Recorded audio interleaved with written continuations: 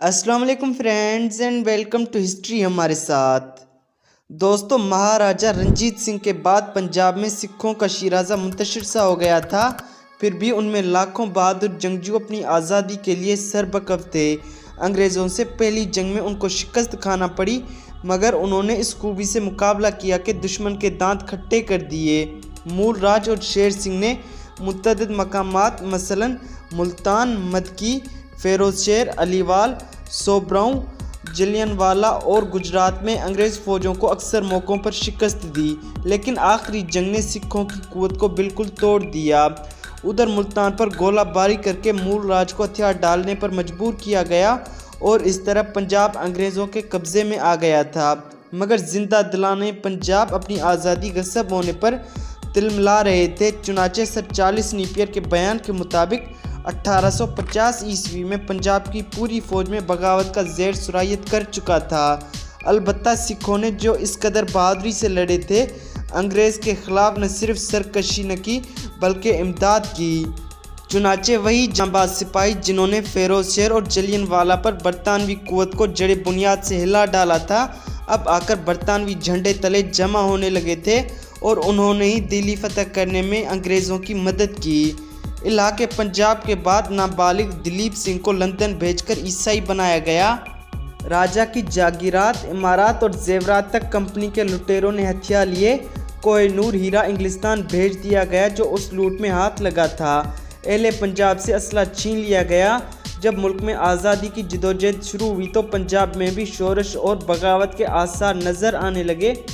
फ़ौज बगावत पर तैयार थी। रॉबर्ट मोंटगोमेरी और सर जॉन लॉरेंस ने एक बरमन जासूस मुकर्रर किया, जिसने खबर दी कि तमाम सिपाही हमवतन बगावत में डूबे हुए हैं। अंग्रेज़ ये देखकर हैरान रह गए कि बगावत किस कदर मुनज़्ज़म तरीके से न सिर्फ शुमाली सूबों में बल्कि पंजाब में भी पूरी तरह मौजूद है। मोंटगोमेरी ने फ़ौरन मियां मीर छावनी के सिपाहियों के हथियार छीन लिए, क्योंकि दूसरे मकामात यानी पेशावर, अमृतसर, जालंधर वगैरह की फ़ौजें इस इंतज़ार में थी कि मियां मीर की फ़ौजें लाहौर के किले पर हमला आवर हों तो वो भी खड़ी हो जाएं। लुधियाना के उलमा थानेसर के पंडित बरमन और दूसरे खुफिया कारकुन बराबर घूम रहे थे और अवाम में बगावत का प्रचार कर रहे थे, मगर पंजाब के उन हालात से बर वक्त फ़ायदा ना उठाया जा सका। वरना अंग्रेज़ों को खुद इकरार है कि अगर पंजाब चला जाता तो हम बर्बाद हो जाते, और जब तक दूसरे सूबों से मदद आती, यहाँ अंग्रेज़ों की हड्डियाँ तक धूप में पड़ी पड़ी सड़ चुकी होती। दोस्तों, पंजाब के सिखों में आम तौर पर यह पेशन गोई मशहूर थी कि वो एक दिन दिल्ली फतह करेंगे। अंग्रेज़ों ने इसको इस तरह मुश्तहर करवाया कि सिखों और अंग्रेज़ दिल्ली फतह करेंगे। इसके अलावा पंजाब के सिखों और जाटों को मुसलमानों के ख़िलाफ़ भड़काया। एक झूठा इश्तिहार निकाला जिसमें बताया गया था कि शहनशाह दिल्ली ने पहला फरमान सिखों के कत्लेआम के लिए जारी किया है। इसके अलावा सिखों और दूसरे तबकों में यह भी प्रोपोगेंडा किया कि पंजाब को अंग्रेज़ों के लिए फतह करने में पूर्वी इलाके के लोगों ने नुमायां हिस्सा लिया है और अब उनसे जंग करना गोया पंजाब की शिकस्त का बदला लेना है। इस तमाम प्रोपोगेंडे ने बड़ा काम किया और सिख अंग्रेज़ों के साथ हो गए।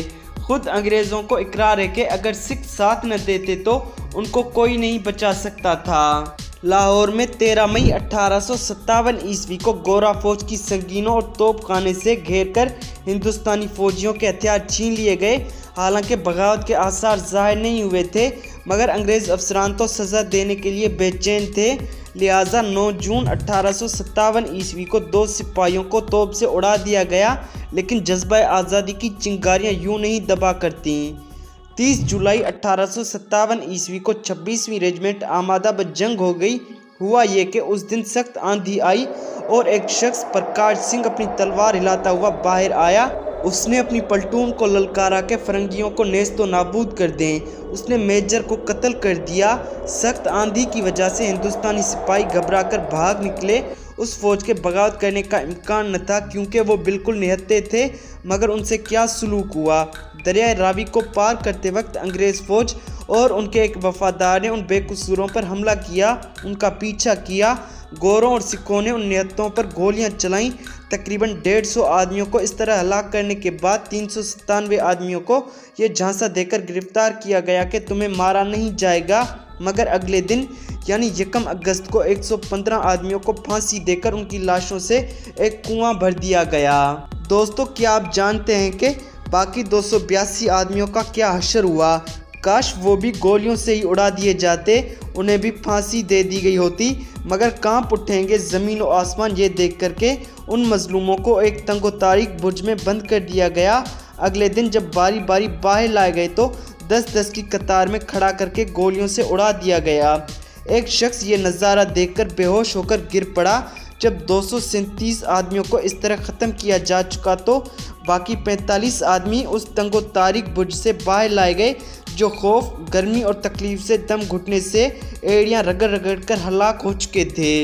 कई उनमें नीम मुर्दा हालत में सिसक रहे थे, मगर उन सबको भंगियों के हाथों वीरान कुएं आबाद करने के लिए भेज दिया गया।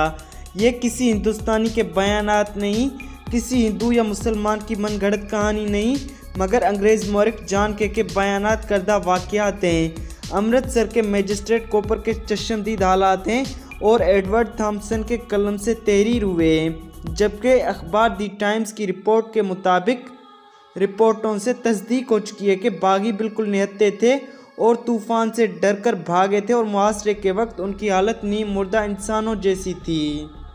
ये तो सज़ा भागने वालों को मिली, और हम अगर मान भी लें कि उन निहत्तों ने भागकर बरतानवी साम्राज्य के ख़िलाफ़ बगावत की थी, मगर जो नहीं भागे थे उनको किस जुर्म में तोप से उड़ा दिया गया? कहाँ है वो खुश फहम जो कहते हैं कि अंग्रेज़ों का जुल्म और सितम उनके हम कौमों के खून का बदला था? उन बेकसूरों ने किस अंग्रेज़ को सुई चबोई थी, किस गोरे की नक्सीर फोड़ी थी और किस सफ़ेद औरत को घूरा था? फिर एडवर्ड थॉम्सन लिखता है, मैंने कोपर की किताब से बाज़ संगीन वाक़यात को नकल किया है, लेकिन उनसे भी ज़्यादा संगीन वाक़यात को फिर भी छोड़ दिया है।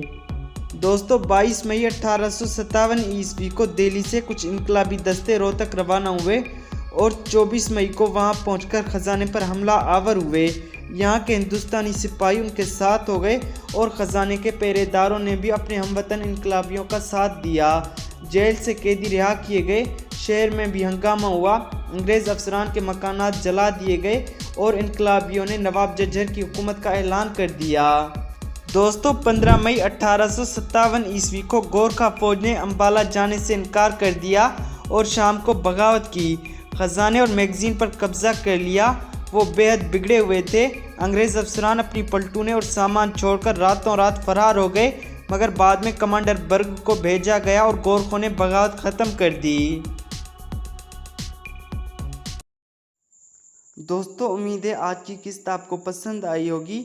अगर ये किस्त आपको पसंद आई हो तो वीडियो को लाइक और शेयर कर दें और चैनल को सब्सक्राइब कर दें ताकि आने वाली हर किस्त का नोटिफिकेशन आपको बआसानी मिलता रहे। मिलते हैं अगली किस्त में, तब तक अपना बहुत ज़्यादा ख्याल रखिए। अल्लाह हाफिज़।